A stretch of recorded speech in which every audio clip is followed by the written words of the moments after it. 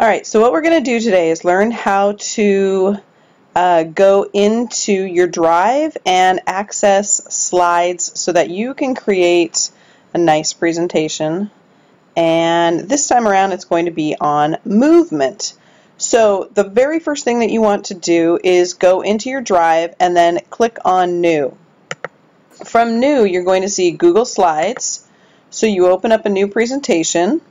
And just like with all the slides and docs and everything else, it's going to start up here with Untitled Presentation. I'm going to have you give your presentation a specific title in just a moment, but let's go ahead and choose a theme. So these are all the different themes. Because I like to use a lot of different pictures, sometimes videos and things, I sometimes find it's easier just to go with a simple light, and then I can always format my background later. So with your presentation title up here, because you have a partner with this, what I'd like you to do is give it both partners' names. So for example, if it was Sam and Ben, okay, so just both of your names up there would be just fine. Right in here, it's very, very similar to PowerPoint, so all of these things are pretty basic. Since everybody's sort of got the same theme, you can certainly be creative with this, but I'm just going to give this one movement just while we are talking here. Oops, oh shoot, I'm trying to connect right now. So I'm going to hit pause for. Alright, so I'm back. It didn't seem to take very long. The internet goes out at my house sometimes. Okay, so the nice thing is, should that ever happen to you, you don't lose anything. All changes saved in Drive. See this handy dandy little feature up here? All changes saved. Alright, so first thing I'm going to do is click here and type in movement. Now I can always be more creative with that later. A lot of these buttons up here are just the same as what you've experienced before with PowerPoint. You can go up, you can change the color, you can change all the basics of it. It's got different font types, so you can do anything that you want there. I would highly encourage you to add a picture, and you could put a subtitle here. You could also put the names of the people who are working on it together. So maybe Sam and Ben, for example, might have their name down here. Sam and Ben. Alright, now if I want to get another slide, all I have to do is go over here to the plus and I hit insert. If you want a different format for your slide, then right over here there's an arrow button down. See that little arrow button down? And you can choose something different. So if you don't like that layout, you can do a different layout. Maybe I just want the caption here at the bottom. So anything that you want is perfectly fine on there. Insert, awesome tool here. Insert, you can put a text box, an image. Let's start with image. If I want to put an image in, I've got some choices here. Because you're using the netbooks at school, chances are you probably are not going to go to your albums. You could upload, you might have something saved in Drive. Chances are upload is going to be search is probably your best friend here. So I'm going to go into search, and let's say I want a picture of a car. So I just type in car, go to search. It's going to give me several images. Ooh, a Volkswagen Bug. I used to have one of those.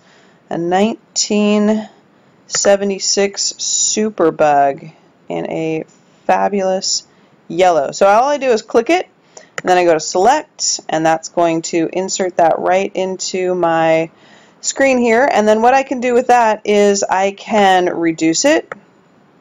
You can move it just about anywhere you want. If you want to pivot it around, you can do all of that.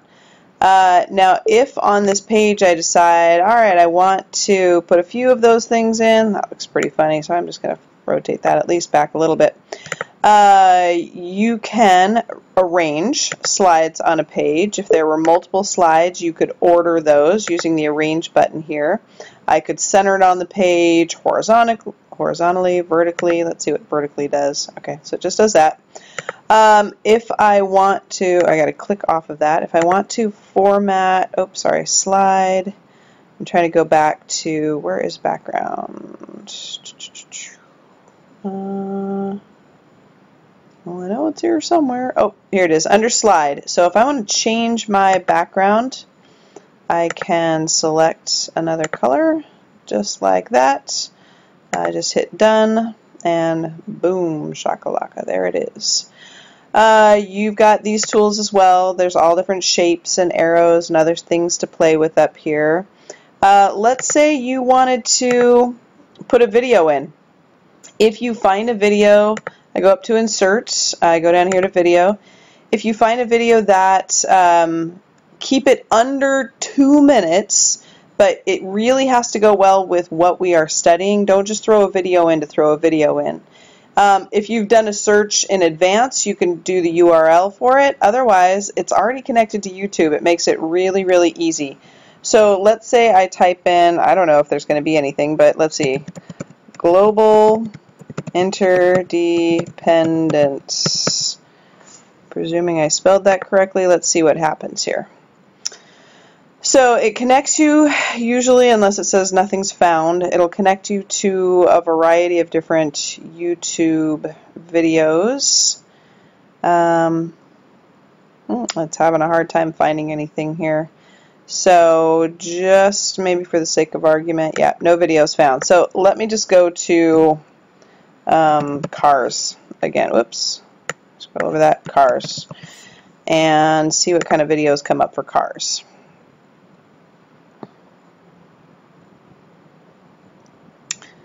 There's probably going to be a lot for cars, so you kind of have to pick and choose. The really nice thing about this feature when the videos pop up is you can play them instantly. Oh wow, nothing for cars. That's amazing.